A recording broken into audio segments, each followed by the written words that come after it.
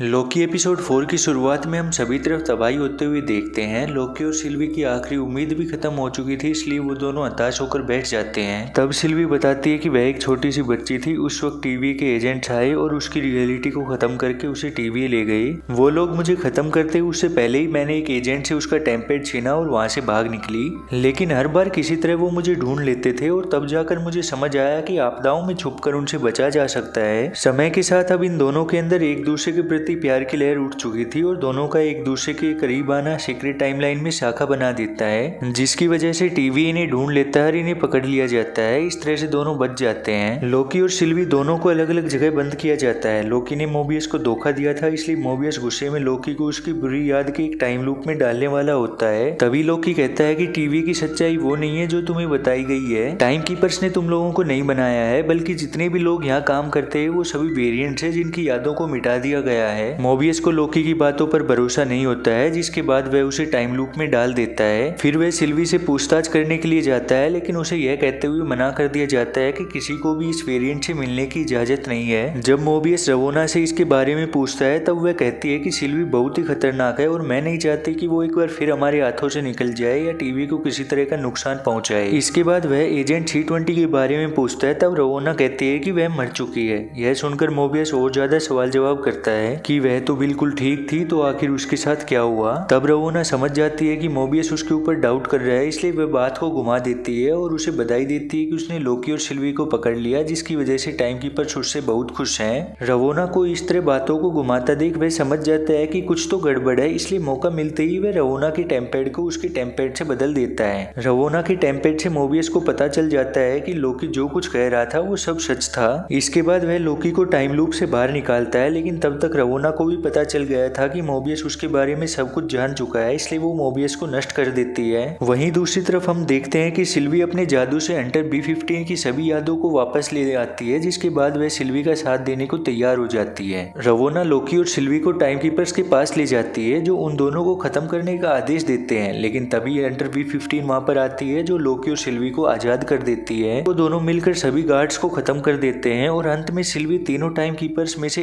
एक के ऊपर हमला करके उसका सिर काट देती है। हैरानी की बात ये थी कि तीनों टाइम कीपर्स रोबोट थे और उनमें से एक के खत्म होने पर बचे हुए दोनों भी खत्म हो जाते हैं। वो दोनों समझ जाते हैं कि टीवी के पीछे का मास्टरमाइंड ये टाइम कीपर्स नहीं बल्कि कोई और है। लोकी और सिल्वी आगे कुछ करते उससे पहले ही रवोना पीछे से आकर लोकी को नष्ट कर देती है, जिसके बाद सिल्वी रवोना पर हमला करती है, लेकिन उसे खत्म नहीं करती क्योंकि उससे वह टीवी के बारे में बहुत कुछ जानना चाहती थी। इसी के साथ यह एपिसोड यहीं पर समाप्त हो जाता है। दोस्तों, अगर आपको मेरी एक्सप्लेनेशन अच्छी लगी हो तो प्लीज वीडियो को लाइक और चैनल को सब्सक्राइब कर देना।